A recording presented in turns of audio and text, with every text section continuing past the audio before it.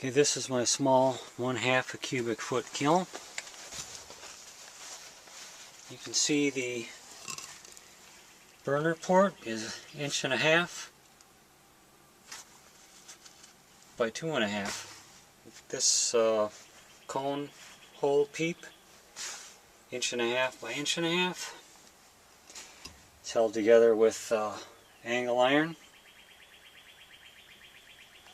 Got a 2.5 by 2.5 exit chamber, which I will have a small chimney put on top once I get this done. But it's just angle iron. Cut off some 1 by 1. Put this in there to hold it together. It's got 1 inch of fiber board on the outside, 2.5 inches of 2600 degree brick for the walls. Let's see the inside. I've got about a 6.5 inch shelf that I made using 1 part ball clay and 1 part kyanite. I mixed it till it was just could ball up together and rammed it in a mold. I've got about 2 inches in the back. The flame comes in underneath through the burner port. You can see under there. It goes into the back. I've got 1 3/4 inches between the shelf and the floor, so the flame goes under, comes back out through the hole. And then I'm going to insulate the lid a little more for the firing. We're going to do a bisq firing with some of these items. Here's a test brick and some Continental clay high fire white. Now if this doesn't explode in this firing, that's a very good thing. So, okay, that's before the bisq. The stuff that's going to be questionable is where the flame comes up here. We'll see if that stuff busts on me.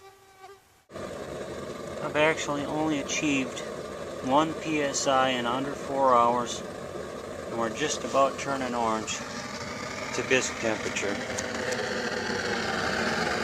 What I have here is a shorty burner by Highbred Burners, and it's a nice little burner. And at 1 psi we get about 8,000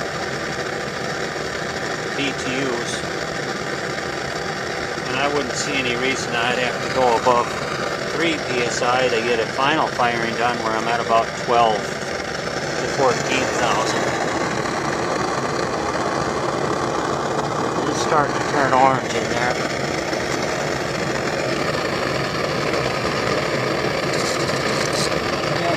Dull orange now. Got a little more time on it, but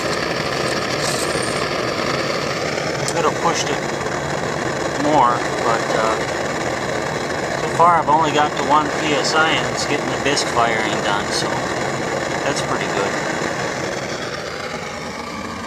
Got a little chimney on there.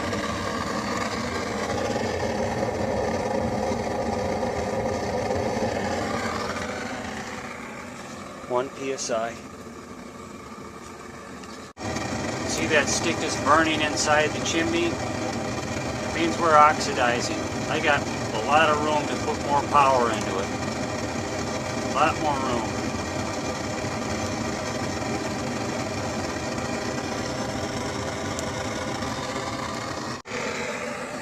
Well, it got to 2.5 psi.